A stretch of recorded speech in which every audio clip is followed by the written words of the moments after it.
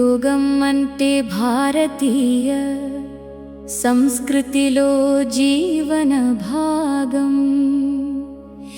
ఈశ్వర విశ్వాసంతో శ్వాసల సోపానంతో పరమాత్మ సంయోగమే యోగం.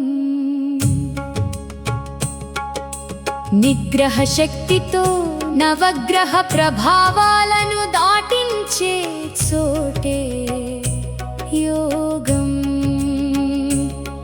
పవిత్రానుభూతిలో ఆనంద భాష్పధారలలో ఆనంద నిలయుని స్పృశించే శ్వాసే యోగం.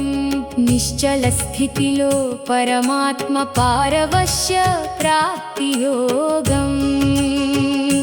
వ్యామోహాలను దాటించే సమ్మోహన శక్తే యోగం. అజ్ఞానాన్ని అంతర్ధానం చేసేదే ధ్యాన యోగం. సకల పాతకాలను కలిమలినాలను తొలగించేదే యోగం. శ్వాసలో శాశ్వత సిద్ధిని